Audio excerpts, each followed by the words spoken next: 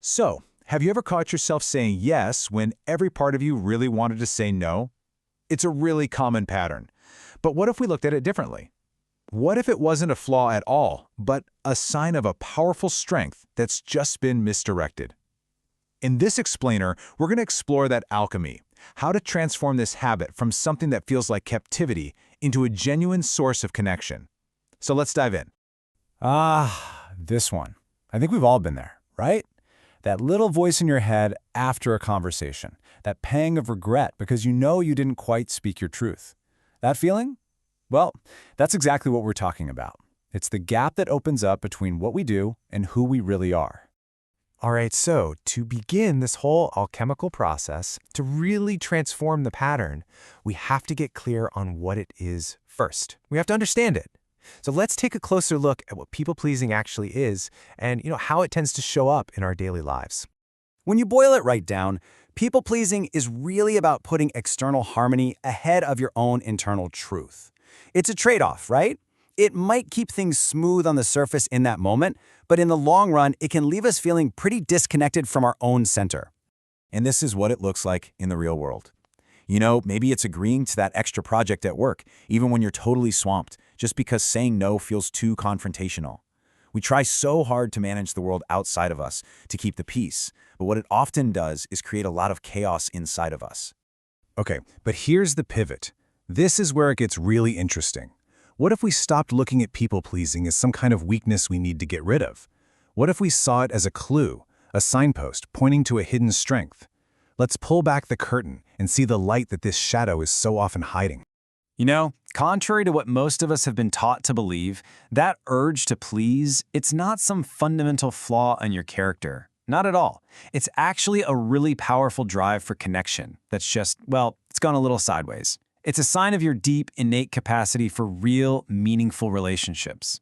So, if you recognize this people-pleasing pattern in yourself, it is very, very likely that you also possess these incredible strengths. We're talking about a deep well of empathy, a sharp social intelligence, and a high sensitivity to the people around you. These are not small things. These are gifts. And when they're harnessed with intention, they're a true force for connection.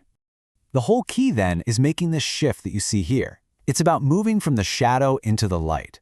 So instead of avoidance, you learn to use your empathy to truly connect.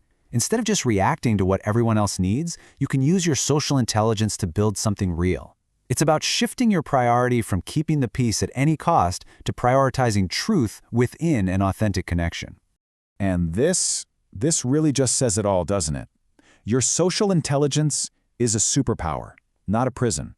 It's a tool that's meant for building bridges, for creating genuine connection, not for building these walls of accommodation that just keep you trapped. Okay, so that's the what. But what about the how? How do we actually make this shift in our real lives? How do we access that superpower? In this next section, we're going to walk through the practical alchemical process of integrating this hidden light and turning it into a conscious strength you can use every day. We call this process light extraction. And really, it all comes down to using discernment. That's your own wise internal judgment. It's about carefully separating the good stuff in this pattern, the gifts like your empathy, from the parts that hold you back, like self-sacrifice. The goal is not to kill the impulse, but to refine it, to learn to use it wisely. This whole process, it starts with a bit of honest self-reflection. By asking ourselves some key questions, we start to rely less on what everybody else thinks and more on our own internal authority. And that's just our capacity to trust our own judgment and to act from our own truth. So, the very first step is just to notice. Ask yourself this question and do it without any judgment, okay? Just observe where this pattern shows up in your life. Which relationships, which specific situations. Just be a gentle, curious observer of yourself. And right here, let's actually take a beat, a moment to just sit with that question. There's no need to rush for an answer. This is what we call creating space for becoming. It's giving yourself the time and the permission to actually grow and to change. So just let that question breathe for a second. So once you start to identify the pattern, it's time to dig a little deeper. This next question helps you get to the fears that are almost always hiding at the root of people-pleasing. It's totally natural to be afraid of disappointing people, or of conflict, or maybe just of being disliked. Acknowledging those fears is a really crucial step. And this final question, this is all about integration. See how it reframes the whole thing? It's not a choice between your needs and their needs anymore. It's about finding a both-and.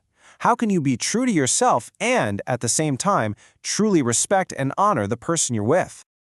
Now, when you start asking these kinds of questions, when you start integrating your own truth, something really powerful begins to shift. You'll start to notice a fundamental change in how you relate, not just to others, but maybe most importantly, to yourself. And this is a really profound transformation. Your empathy stops being a liability that causes you to abandon yourself. Instead, it becomes this amazing tool for communication. For example, you can use that empathy to really hear and understand where the other person is coming from, while still being able to clearly and kindly state your own truth and your boundaries. So here's a quick summary of the whole journey we've just talked about, broken down into 4 clear steps. First, you just notice the pattern. Step 2, you recognize the hidden light, the strength within it. 3, you use discernment, those questions to understand it. And finally, step 4, you learn to communicate from a place of aligned connection. It's a simple, repeatable path. What this whole process really is a shift from reactivity to responsibility. Instead of just automatically reacting to please someone else, you're taking responsibility for your own truth and how you bring it into the world. And this is a foundational piece of what we call upright living, which is simply about living a life that's in alignment with your own integrity and your values. So I'll leave you with this to carry with you, because this isn't just an abstract idea. It's a practice. So the question for you this week is, where can you find just one small opportunity to use your incredible gift of empathy, not to please, but to connect, with a little more honesty and a little more clarity? Thank you so much for exploring this with me. I really hope it's been helpful.